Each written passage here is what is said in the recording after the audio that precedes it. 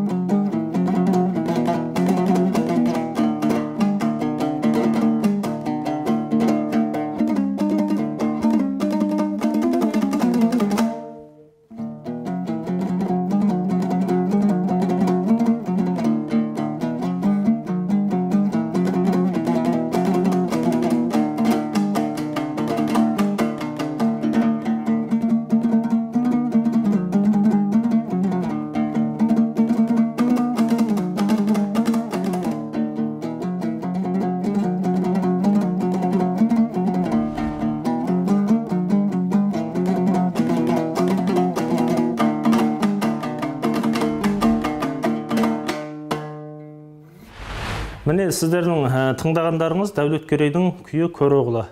Біз осы домбыра сабағымыздың ең басында айтқанбыз сіздерге.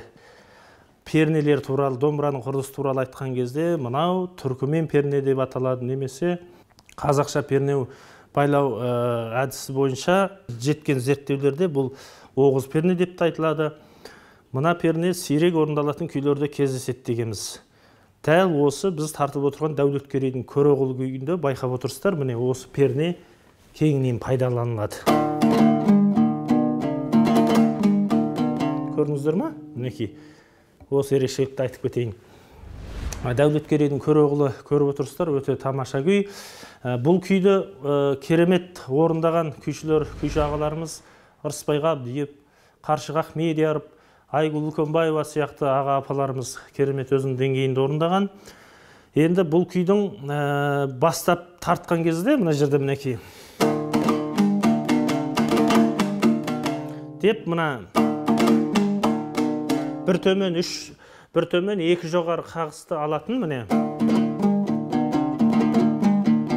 Деп алатын күйшілердің бірі, яғни Ырысбай Ғабдиев ағамыз болатын. Ол соғыстың орындауындағы Көроғлының нұсқасында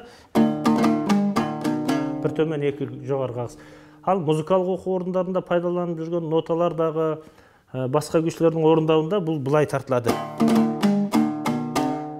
Көрдіңіздер ме?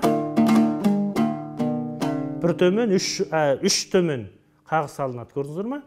Осы ерекшелікті сақтап алыңыздар. Екеуі де өте жақсы, ыңғайлы қағыстар. Көбінде бір төмен екі жоғары қағыс өте ыңғайлы қағыс. Сонымен алып тартсаңыздар да болады. Өйткені қазақтың ең ғажайып күйшілерінің бірі, дүлдүл күйшілерінің бірі Ырысбай Ғабдиев ағамыздың нұсқасында осындай болатын міне.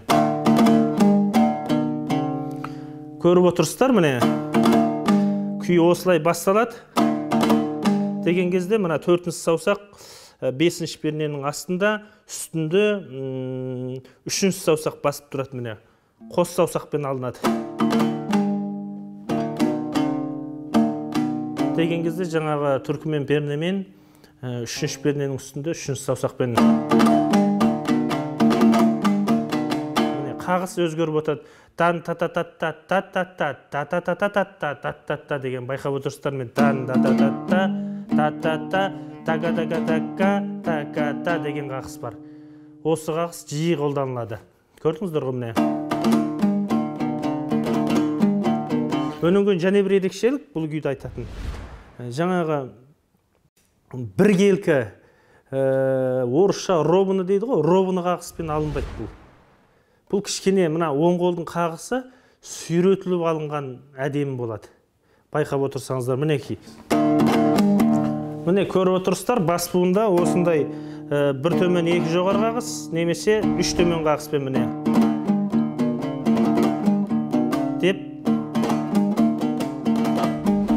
Деп алсаңыздар да болады. Негізі бір төмен екі жоғары қағыс ыңғайлы. Енді келесі буынға көшейік.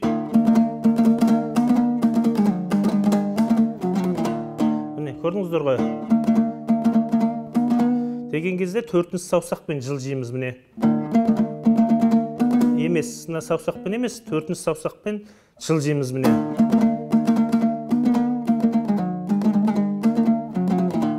Міне бір әуен. Басталған жаңа көрсеттім, енді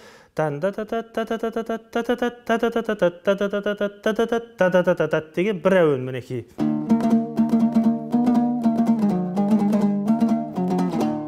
Енді осы әуен қайталанады, бірақ кішкене өзге шөкпен қайталанады, мынандай.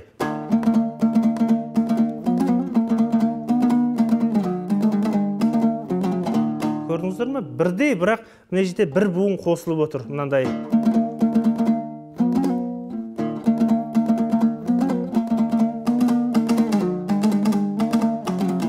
Міне, оң қолдағы қағыс деген қағыс өзгермей отырады. Міне, сонда бастап осы ортадағы бір буынды мен қайталап тартып берейін.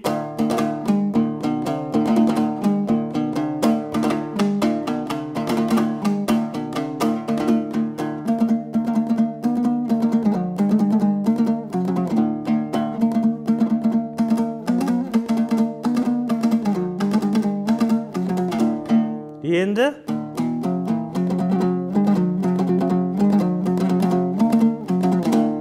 осы жердегі буында мына саусақтың жылжу ерекшелігі бар, соны көрсетіп жіберейін.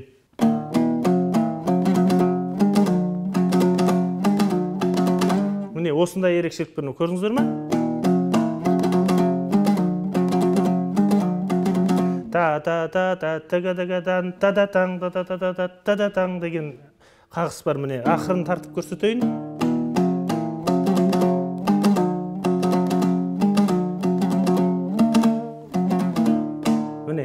Мына бас бармақ, яғни қағыстан кейін барып жылжиды. Міне қайталап көрсетейін.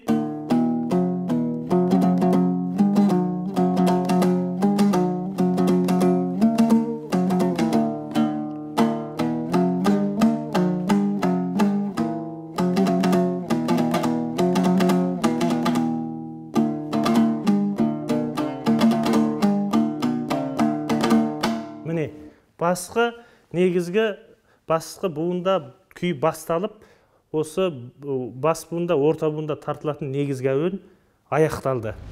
Көріп отырсыздар, мына жердегі әуен қайталанғанда қосылатын кішкене буынын көрсеттім.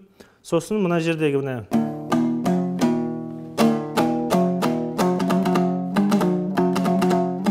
деген ерекшелікті көрсеттім. Сонан кейін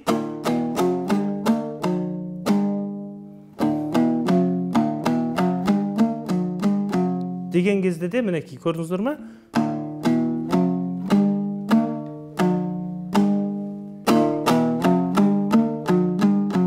Міне көрдіңіздер ме?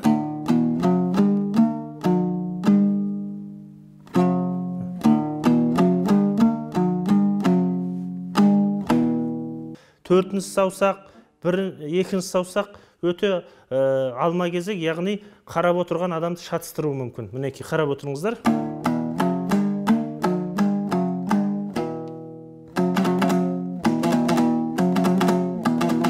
Деп, мына саусақпен екімен, бірмен, екімен, бірменен алуға болады.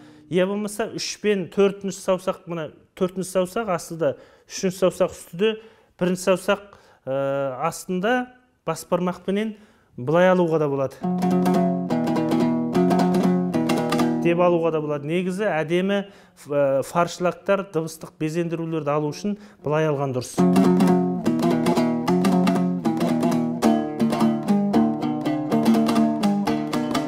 Міне, бастапқа өңге көштік. Енді сағаға көшеміз. Міне,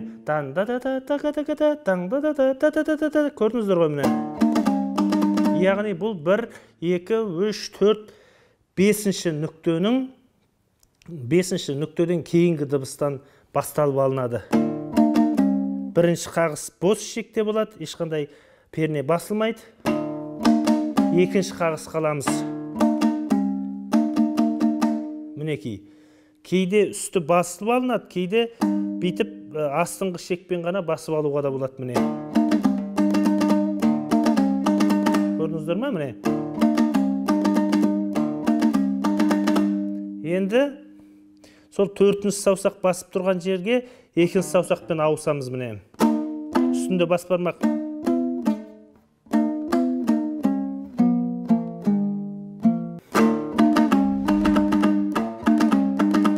Кейде 2-ші саусақпен де, кейде 1-ші саусақпен де алуға болады, негізінде.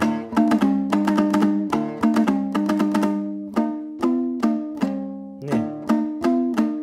Көрдіңіздер ма? Деп 3 пен 4-ті бастық қой, сонымен келесі пернеге сол 3 пен 4-пен жылжимыз, міне. Мінекей, 2-ші саусаққа ауыстық, 4-ші саусақпен 3-ші саусақ басып тұратын дыбысқа. Және 2-ші саусаққа ауыстық, 2-ші саусақпен 3-ші, 4-ші саусаққа басатын дыбысқа ауысып отырмыз. Көрдіңіздер ме? Мына саусақтардың ауысатын ерекшелігі көріп отырсыздар сағаға түскен кезде, міне.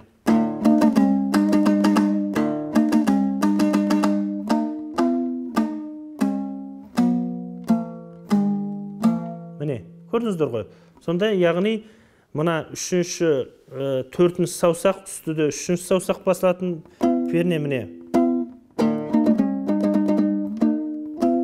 Мына дыбыс, сосын мына 2-ші саусаққа ауысатын. Осы 2 саусақпен ауысып отырып келеміз мына жерге, міне. Қайталап жіберейін, ақырын.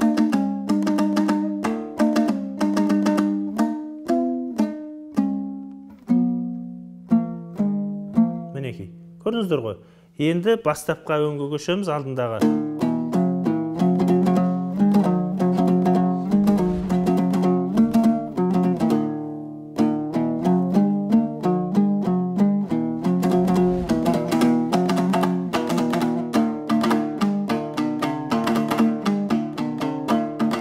Сосын жаңа қайталаған әуен бастаға.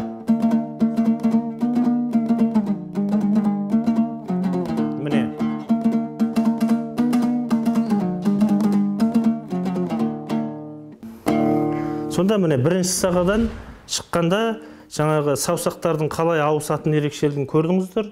Соған мұқият болу керек. Әйтпесе, мысалға 2-ші сағаны тартайын.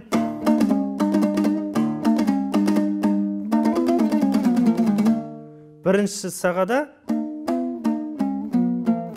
деген кілең төмен қағыспен шықсақ, 2-ші сағада осының тездетілген алма кезек қағыспен аламыз да.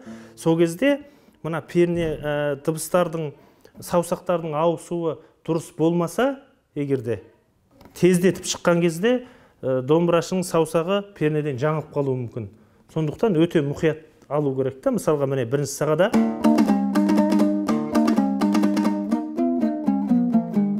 деп аламыз, 2-ші сағада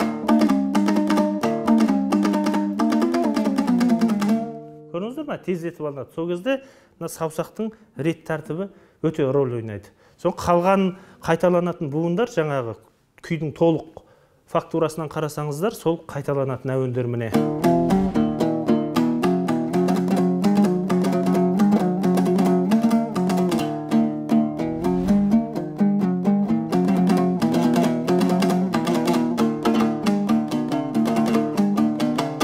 Осындай әуендер.